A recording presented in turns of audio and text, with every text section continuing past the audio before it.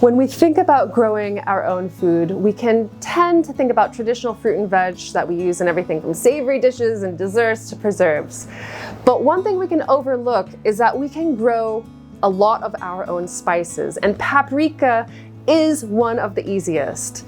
Paprika is a mild spice. It adds a lot of color and flavor that's sweet and aromatic, but incredibly savory. Now, all it is red peppers that have been dried out and pulverized. And I'm going to show you how I do that.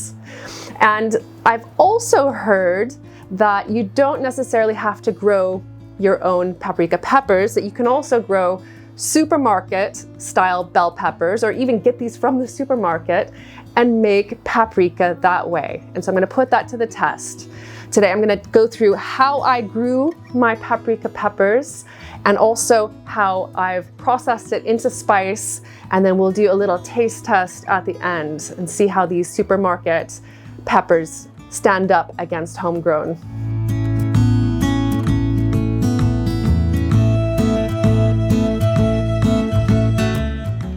This year, I grew two different types of paprika pepper. One of them is right here next to me. This is the sweet style pepper.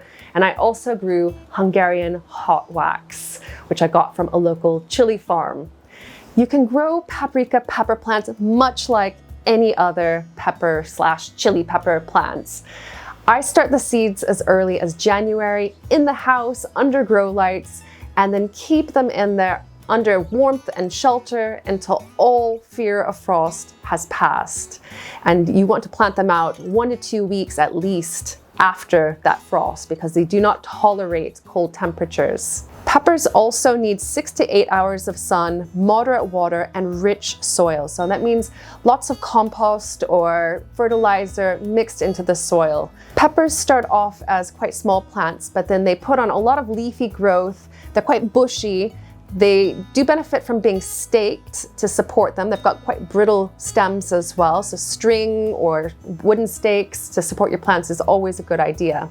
And then in early summer, you start to see some white flowers appearing, and then a little bit further on in summer, you start to see the peppers, which start off green, and then gradually, in the case of these types of peppers, they will turn red over time. And mine started turning red, I think, at the very beginning of September, and then all through October, they've been bright red on the plants, where I've just left them until I needed to pick them. Before we head in the kitchen, I want to show you something else that I made for Josh and me just recently using Waitrose products. With it now being November, the countdown to the holidays is on, but we still have a few quiet weeks to enjoy at home before the festivities begin. Today, I'm making a dessert to enjoy cozied up by the fire.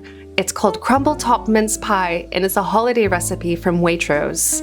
The recipe has 3 parts, but very simple ingredients.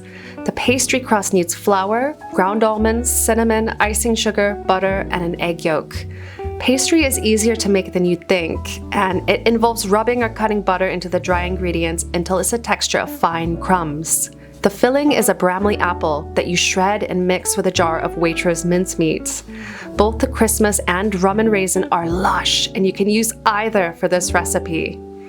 After you make the pie crust and smoothen the filling, you add the third part, that glorious crumble. Now the extra pastry dough can be used too. Roll it out now and cut it into shapes to decorate the top.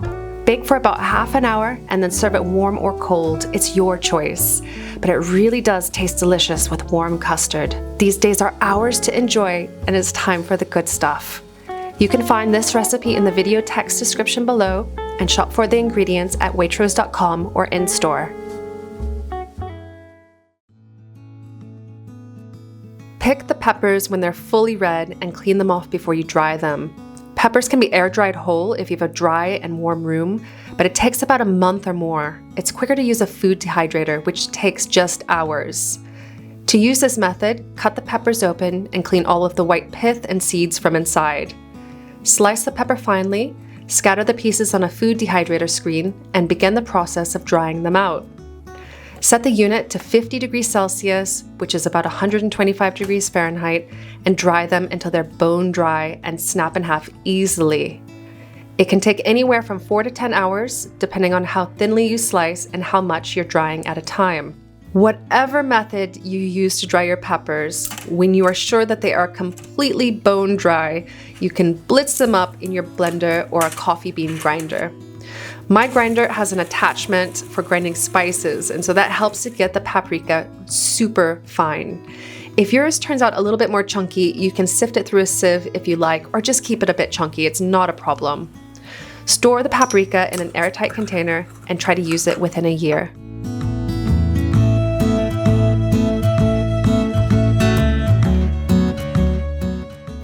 At the same time as I was drying and making this paprika using homegrown peppers, I was doing the exact same thing with this supermarket red bell pepper.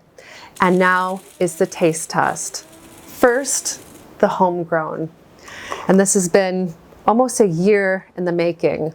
Let's just have a little taste. I will have to say that this is slightly redder in color than the red bell pepper one, but it's just very subtle.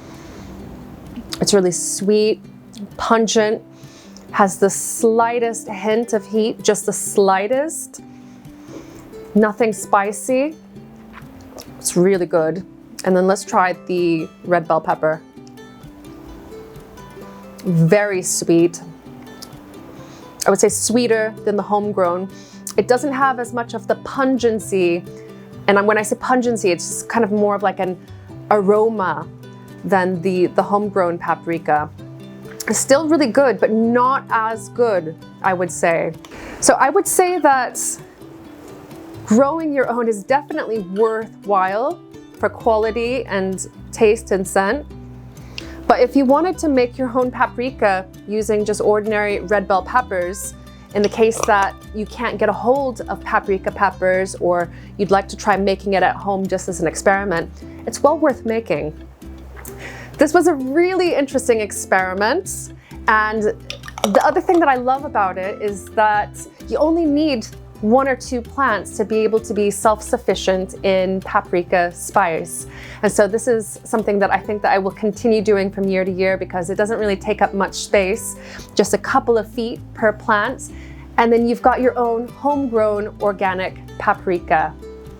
Thanks so much for coming along with me on this journey. I've had these peppers growing in here since, what was it, May that I planted them out. So it's really nice to see that intention fulfilled. And if you would like to see another video showing how I extract a wonderful colored pigment from plants, you can watch my indigo video next. And that shares how I make a natural blue dye using homegrown Japanese indigo. See you next time. Bye for now.